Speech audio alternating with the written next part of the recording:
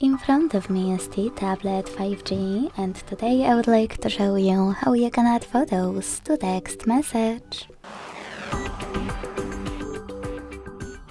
Begin by opening Messages app and selecting or creating a chat.